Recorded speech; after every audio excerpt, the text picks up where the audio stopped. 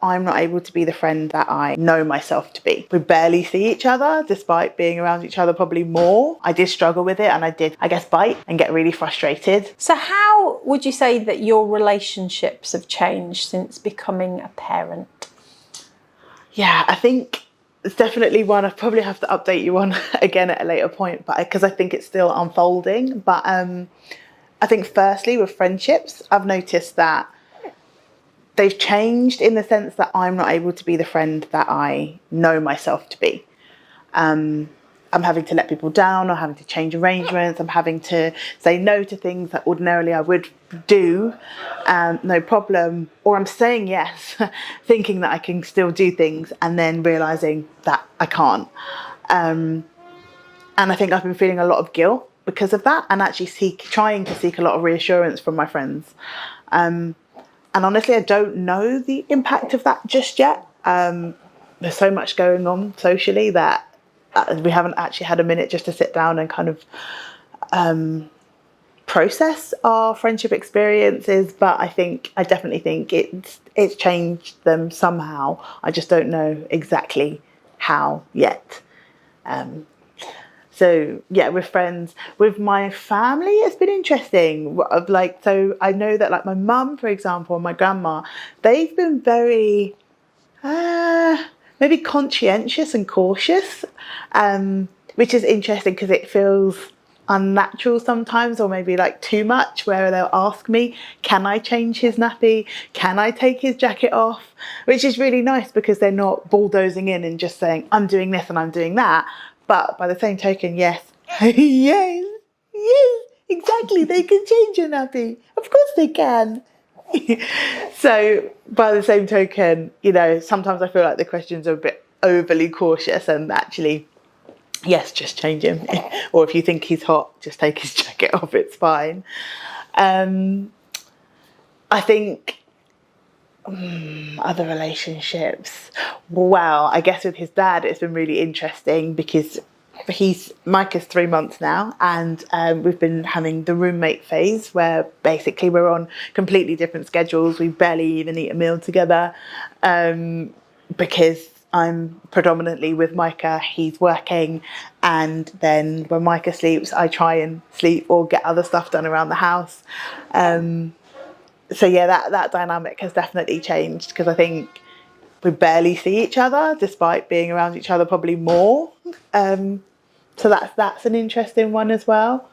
And I'm just thinking actually, sort of going back to friends a little bit, but I think my needs in relationships have changed. I know for myself that I felt a few weeks on into him being here, him being Micah, that I really felt the need for other mum friends. I really felt the need for other people who have been through the experiences that I was going through.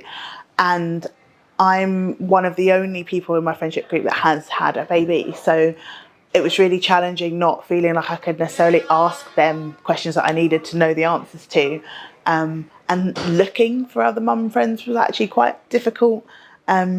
Still searching in some ways, but I've met some really nice people and been really fortunate. But yeah, I think it definitely changed the needs in my relationship. So that kind of shared experience was really, really important.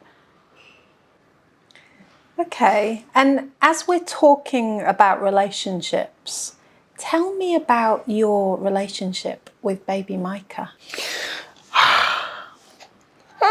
Yes. Oh, do you know what? That's perfect. That is perfect. No, it is. Oh, it's beautiful. It's beautiful, but it is also challenging, and it is surreal, and it's hard work, and it's fun, and all the different emotions that you could possibly imagine rolled into one. I try very hard to learn his likes and dislikes and to facilitate those on a daily basis, whilst also accommodating my own needs and needs for sleep and things like that. But yeah, it's I think there's nothing like it. There's actually nothing like it. It's new but feels old as well. I think because he's been around for 9 months longer, for me anyway, for 9 months longer than everybody else has had him, I feel so connected to him in one way.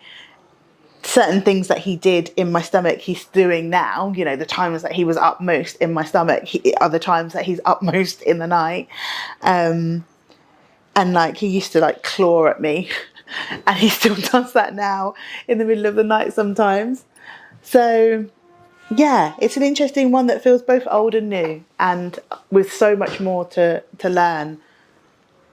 Yeah. And that's really interesting, isn't it? That your relationship started before he was even born. Yeah, 100%. It and also trying not to let like that overshadow the relationship that we've got now, because obviously I know him in, I don't know, it's not really a word, it might be a word, but like the seedling capacity. I know him from really small inside me, but he is who he is outside me. You know, I made preconceptions or judgments about how he was going to be based on what I felt he was inside, but now I have to kind of look at him as a blank sheet and go, okay, well, who are you? Show me who you are.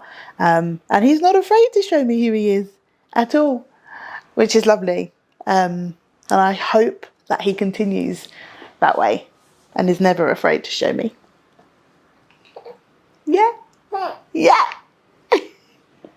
Actually, just want to come back to family, because I think although I've had my mum and my grandma who have been really, really supportive and really kind and facilitative, I've also had some other family members that have been strangely critical and really kind of nitpicky at every little thing I'm doing, and not necessarily to do with Micah. It could be like I'm tidying up or I'm doing a clear out, and it's like, well, why are you doing that? You know, very kind of, I guess, persecutory.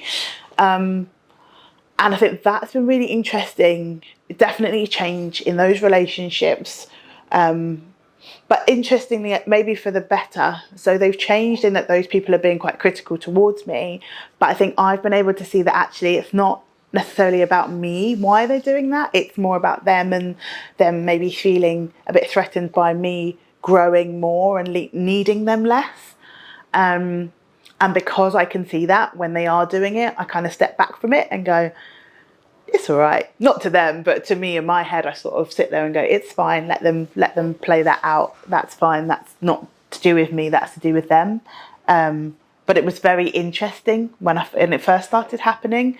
I did struggle with it, and I did kind of, I guess, bite and get really frustrated. But now I kind of let it go over my head a little bit.